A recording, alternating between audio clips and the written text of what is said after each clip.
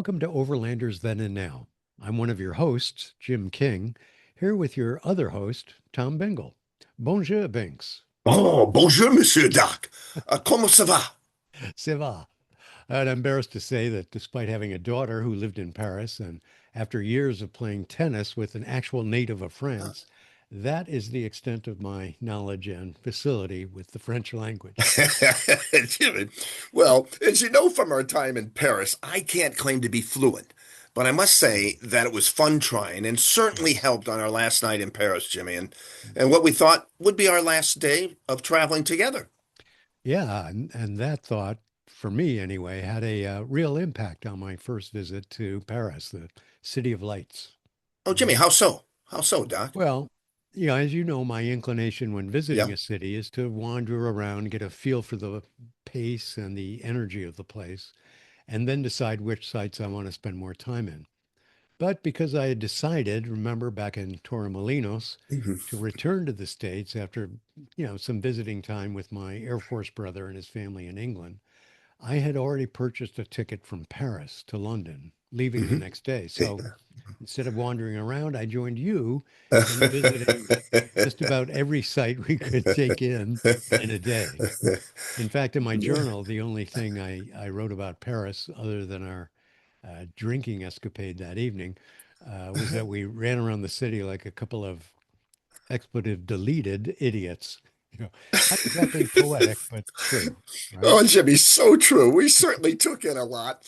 Yeah. I think for the day, we became less of what we like to think of ourselves as backpackers and more what we did like to think of ourselves, Jimmy, namely tourists. Yes, right. We were definitely in tourist mode that day.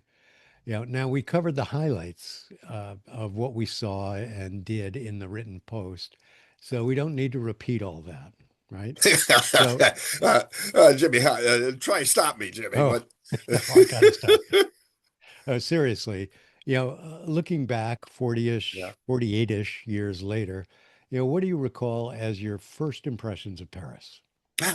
Tough question, Doc. Mhm. And I guess throughout the day, I was in a constant state of amazement.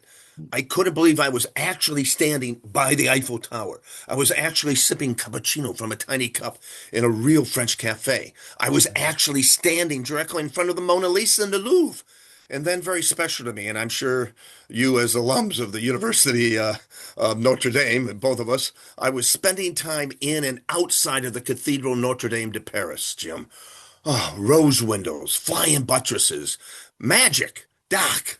Yeah. Well, it was definitely a highlight for me. And many years later, when my daughter lived there, we'd often meet at Notre Dame, after she finished with work. It was kind of surreal. But Yeah. while you and I were prepping for this video, you mentioned something about the French people that made a big impression on you. Yes, definitely. You know, Parisians have a reputation for being standoffish and even snobby.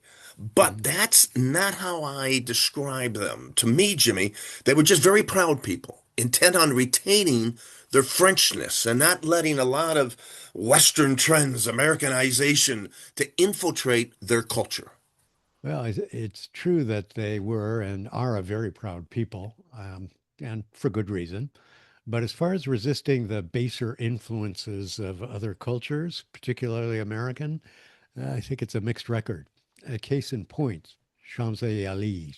How do you say that? Ah, Jimmy, Yeah. yeah, good point. I'll give you that. I'll give you There that, was a Jim. McDonald's right next to some Yeah. chic boutique. I was so I was disgusted. I went in and ordered a quarter pounder. Yeah, Really, Doc? yeah, I I did. don't remember that. What was it like, Jimmy? Oh, I thought you were with me, but crowded. I was surprised. So Yeah. not all Parisians were intolerably snooty. But Jim, what about the burger? Oh, well, I'll be snooty about that. I questioned whether what I was eating was really meat. This was back in 77, so I'm Yeah. sure it's now closer to the, you know, heart-stopping American experience. But Oh, Jimmy, interesting. I don't remember. uh, But maybe we split up for a short time, Doc. Maybe that was it. yeah, it could be. Could be while you were sipping your cappuccino. I was supersizing. Anyway, let's Oh, let's talk yeah. about that final night. now correct me if I'm wrong, but I think we found a small, very French bar. Yes, Jimmy, I think we had visited one or two bars before. I remember that before we Mhm. settled on this one. And I wish I had recorded the name in my journal. But yes, we sat at the bar and everyone around us, Jim, was talking French. And we decided to splurge. Yeah, and this was a splurge. We ordered a carafe of red wine, Jim. Holy Yes, moly. I remember that. That's for sure.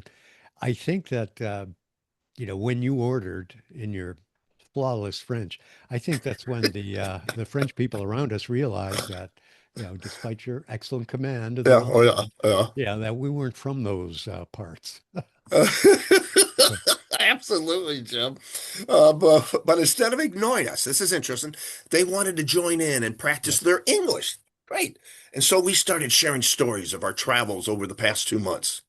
Yes, yeah, that happened in so many different places we went where Yeah, yeah, people wanted to interesting. practice their English. And in addition to that, talking it Hmm. over that last night with the help of a little vino, we talked about all the places we'd been and the experience that we had packed Yeah, into two unbelievable. very short months. So Yeah, Jim. we just kept talking and Yes. drinking. The great thing, Jim, was that they started buying us drinks. They Mhm. would not let us pay for another glass, Doc. Yeah, I don't think we objected too strenuously. No, we did not, Doc. But the mood changed. I think the alcohol loosened us up a bit, and we started talking about how sad it was that our journey together was over, Doc. I felt that this trip had changed me in so many ways, Jimmy, so many ways. Okay. For example. Well, I don't know, but more confident in myself. And we had to improvise, Jim, along the way a great deal. Yeah. And I felt, how to put it, Jimmy, more adept at adapting. How about that? Oh, adept at adapting. I like that, Banks. Nice. Yeah, Jimmy. Uh, But what about you, Doc? Did you feel that you had changed as a result of this journey? Oh, yeah, most definitely. We were, what, 22 at the time? Mm-hmm. Mm-hmm. And we'd been all over Europe on a shoestring budget. I Yeah. Yeah. felt a sense of accomplishment. And, we pushed the envelope, as they say. And I think I carried that idea, pushing yourself, trying new things, even after well after the trip was over. That Yeah. night, especially with the help of all that alcohol, the Yeah. idea of the trip being over and, no longer having to put up with you was a little depressing.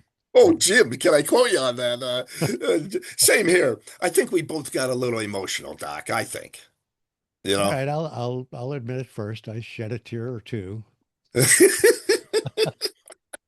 Jim, me too. And I think the French were surprised. Yeah. They probably kept buying us drinks to drown our sorrows.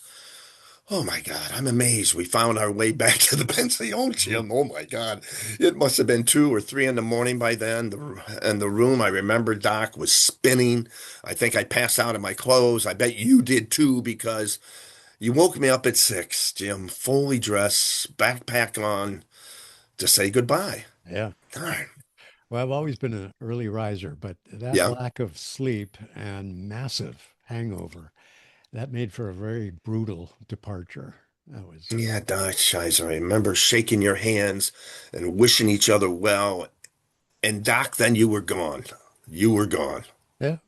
And I'm guessing you fell back asleep immediately while I trudged my way to the station. I was able to sleep a few more hours, but that didn't really help my hangover, Jimmy. Plus, it dawned on me that I was completely on my own now, Doc. No one to bounce ideas off, help make decisions, that sort of thing. Yeah. So Wow. what did you do? Well, believe it or not, when I started feeling better, Jimmy, I got out. It was another nice day. I went to a museum. Okay. And Jimmy, gradually over that day, I grew less nervous. I was on my own. I had to make my own decisions and either get a job or go home.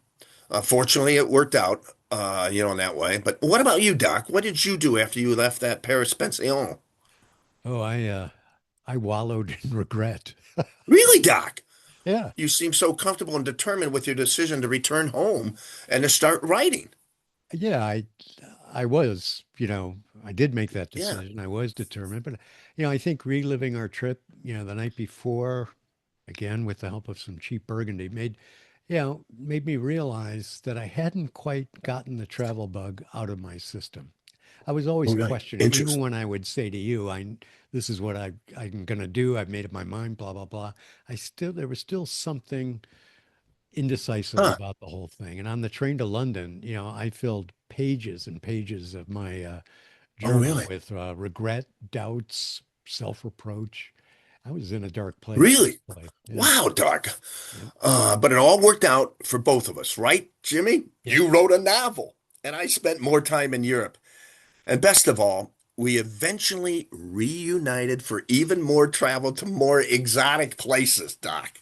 Yeah, Yes. I guess there's a lesson there, right? No sense focusing, at least for me, on past regrets. Just Hmm.